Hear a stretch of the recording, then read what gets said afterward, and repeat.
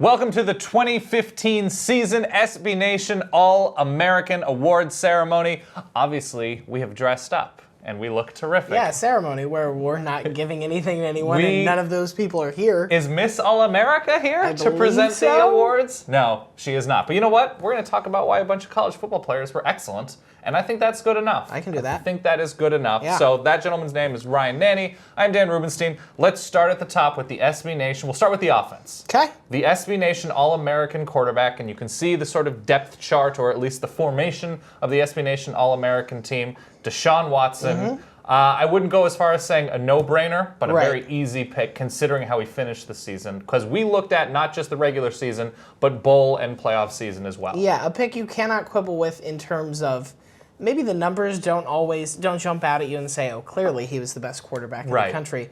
But when you watched him play and watched how he could change games by himself, he was one of the most dangerous weapons in the entire sport, regardless of position. So I think he definitely deserves this. If there was a bone to pick, it was his carelessness at times with the ball through 13 picks, but the fact that led his team to a 14-0 record before the national championship game, a game that had him put up a ton of offense both through the air. It was great. And then on the ground, also excellent. In 5 of his final 7 games, he goes for over 100 yards, and that's college statistics that includes sack yardage, negative sack yardage. So a great pick. You say carelessness? Yes. I say that he's just keeping games interesting. Okay, fair enough. What's the point of just blowing out everybody? He was trying to help TV ratings. Maybe things will keep going. To keep people watching. Baker Mayfield also in that conversation. And, at running back, your boy Vernon Adams. Vernon Adams did have a very good season. At running back, Christian McCaffrey, clearly the most versatile player in college football, and Derrick Henry, the most dangerous person to attempt to make contact with offensively. Yeah,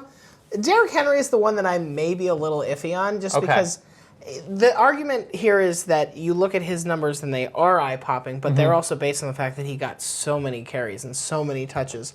Which is impressive that he was able to sustain that level of play. Exactly. So it's sort of like, well, you know, if you gave somebody like Dalvin Cook that level of work, would he do just as well? Would he do better? Would he get tired over the course of a season? But I mean, even though I'm a Florida fan, Dalvin Cook's year was just so good, especially down the stretch. And had I think some lingering injury issues as well. I think he would have been a good candidate for here as well. Yeah, Royce Freeman, Zeke Elliott, a very strong year for running backs. At wideout, we did have a tie between Laquan Treadwell and Josh Doxson. Right. Treadwell, just an unstoppable human force of athleticism. All these guys were really. Josh Doxson was unfortunately injured the last few games of the season, but when he was in there, he always sort of found a way behind secondaries. On 3rd and 14s, he was open for 19. He was a go-to guy if there were one. He is very good at math. And then Corey Coleman, who led the nation in receiving touchdowns, was an extraordinary force for Baylor. Big Bill Fuller, I also would have liked to see get mentioned here, just because with all the turnover and all the irregularity that was Notre Dame football this year, he was a constant, and he had some huge plays for the Irish. He was fantastic. And I will add Juju Smith-Schuster. In terms of pure talent and ability and ceiling, the offense wasn't always there for the Trojans, especially later on in games, but he was extraordinary for USC a lot of the year. At tight end, Jake Butt. Not a huge year for tight ends, but this is a huge butt. It's a huge. Okay, let's just talk about Jake Butt and how good he was. A first-year quarterback at Michigan and Jake Rudock. A slow start to the season, new coach, new offense. Jake Butt was as sure a thing at tight end, if not more sure than any other tight end in the country, and really paced this Michigan offense that was at times very, very good, in particular to close the season out against your Florida Gators. And next year, more butt. More butt. We get more butt. An abundance of butt. The NFL doesn't get the butt. We are not very old and mature. Along the offensive line, this is where I'm really impressed with the team this season. At guard, Landon Turner from North Carolina, Joshua Garnett from Stanford. 4 of the 5 of these offensive linemen, as you see here, led top 25 rushing offenses against FBS winning teams. It's no accident that they had great seasons. They really helped pace some really good offense. Who stood out to you in this group?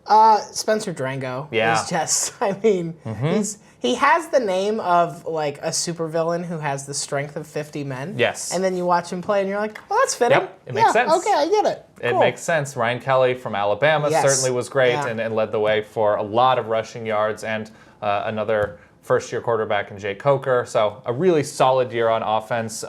let's go to the Offensive Player of the Year. Even though Derrick Henry won the Heisman, our Offensive Player of the Year is Christian McCaffrey. Very deserving. I would say so. And it was so weird because as the season progressed, at some point everybody realized, oh, Christian McCaffrey is the player you have to watch out for on Stanford. And the Rose Bowl sort of told you what was going to happen. It was like, yeah, Iowa certainly knew that McCaffrey was somebody they had to pay attention to. Right. First offensive snap of the game, touchdown. That's just what he did. He was essentially untouchable for large stretches of the opening season. kickoff as well. He returned for a touchdown. Yeah, so it was just like it didn't matter what you did to try to stop him, which was scary. And it should be pointed out, two things, that this is an important distinction that we are making after the bowl season and after championship, our conference championship week.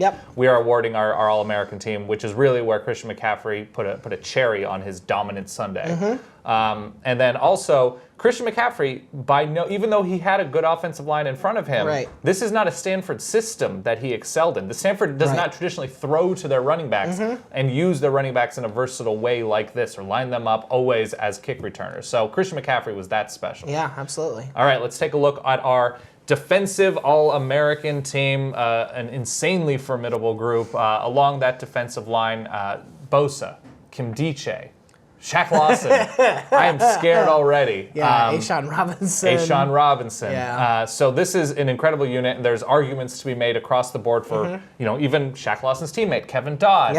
Emmanuel Ogbah. Carl Nassib had a huge tremendous season. And if there is one super scary player that isn't on that list, I would probably pick him as it. Fair enough. Charles Harris from Missouri, a young player. So, but yeah, this group specifically, so good. Bosa didn't have the numbers they did last season. He was double and triple teamed pretty much every snap. So he was responsible for a ton of Ohio State defensive success. A'Shawn Robinson, a huge dude who didn't even play in the middle. He was a defensive end in Alabama's scheme. It was Darren Lake in the middle. He had an enormous season. And Shaq Lawson, you saw what he was able to do at about 75% in the national championship game. I will take 4 tackles for loss per game. Thank you. He planted flags These are in the mine? backfield. Yeah. Those are his. At linebacker, did we not zero in on anybody else? We're good. At linebacker, Jalen Smith, unfortunately injured at the moment, but as athletic a defender as we saw in college football this season. Tyler Matakevich from Temple. Temple doesn't just win 10 games every season. No. This is not 10 games for Temple is something that needs to be earned because of exemplary play. And Tyler Matakevich exemplified that, just productive all over the place. Started out the season with a bang. Yes. Sorry, Penn State fans. We said nice things about Carl Nassib, though, so you can't be mad at us. And perhaps the most complete linebacker of the group, Reggie Ragland for Alabama. Always seemed to be in on every single great Alabama defensive play. The athleticism, the ability to finish plays, just pounded people into the ground. Another solid unit. And then in the back four, let's start at corner, Desmond King and Vernon Hargreaves. You saw Vernon Hargreaves, very long, just disrupted things. Right. I mean, some of this is colored by my memory of that bowl game against Michigan, which was not his Vernon best. Hargreaves' finest moment. Right. This kind of feels a little bit like a reputation / what he accomplished in his 3 years at Florida thing. Right. Which is fine. I do think maybe Zach Sanchez would have been an interesting candidate here, just because. And I think we're going to notice that mostly next year when Oklahoma doesn't have him. Does not have him. Yeah. We'll give him that, just in retrospect, giving it to him then. And then at safety, Von Bell, or Desmond King, it should be mentioned, Iowa took away half the field. Fantastic, yes. All the time. Defended a million passes, was great. But at safety, Jeremy Cash and Von Bell. Jeremy Cash at Duke pretty much played 2 to 3 positions when you look at where he was on the field on every snap.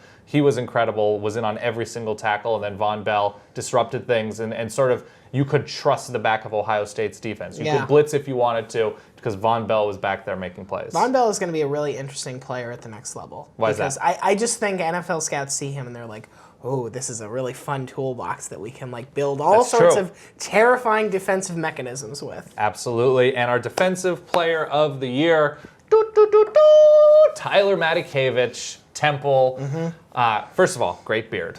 Great, fantastic beard. Fantastic beard, but beyond that, fantastic football player, in on so much for the Owls, a very experienced Owl defense, and they go 10-4. They end up losing their bowl game, but still a terrific season. They win their division in the AAC, and led just a salty, angry defense that really led a winning effort against Notre Dame, but they just came up a little bit short. So this should have been the year that Temple, let's slow that down, This was the year should have Temple? beaten Penn State and Notre Dame. Wow. It should have been. The Midwest is cringing right now. The Midwest, at the possibility. a little bit cringeworthy, yes. And let us not forget special teams, our All-American returner, kicker, and punter.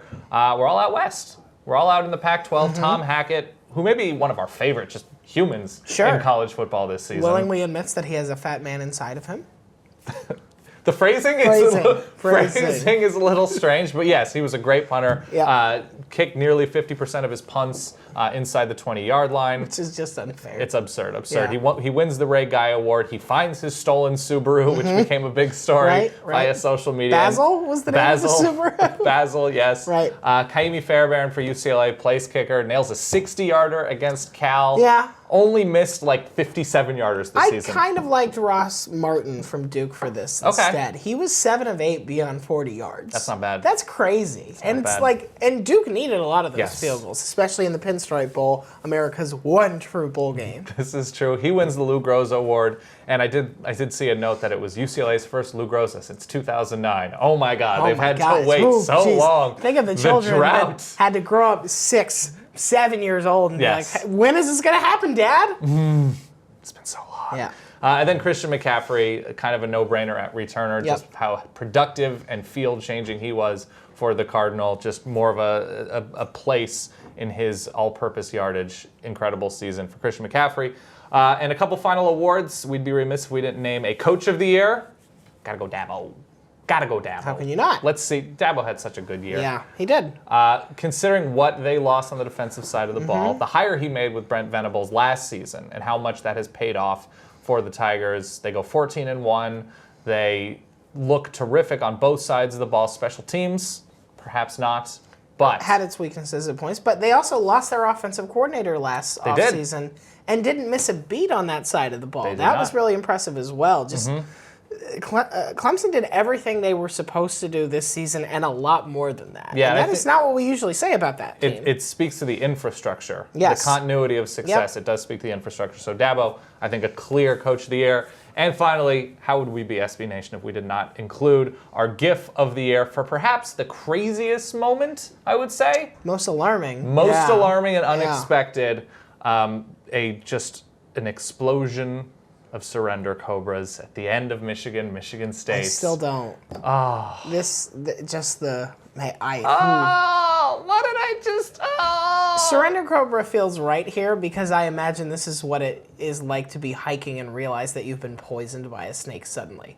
Like, you thought everything was fine. You were just out for a walk, enjoying nature. Oh no, now I'm going to die in the wilderness, totally unprepared. Now, I want us to stop talking for just a moment of silence. Yeah. Because that is what Michigan Stadium sounded like at the end of that game. Because that is what Michigan Stadium sounded like. You're not a nice person. I never claimed to be. Also, there were Michigan State fans there celebrating. How dare you? Okay, fair enough. I like the color of your sweatshirt when you say that. There it is. That is our All-American team, the SB Nation All-American team. Offense, defense, special teams, coach, and GIF. Let's keep this conversation going in the comments. We talked about some of our guys who just missed out. Let us know who your All-Americans are. Thanks for watching. We'll see you soon.